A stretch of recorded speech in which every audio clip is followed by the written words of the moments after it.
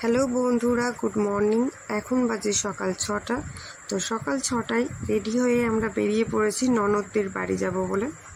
এখন রাস্তাতে তো ননদদের বাড়ি চলে এসেছি। এসে দেখি ননদের মনটা খুব খারাপ, কেননা ননদের মেয়েরা বাড়িতে ছিল, এখন কলকাতায় চলে গেছে।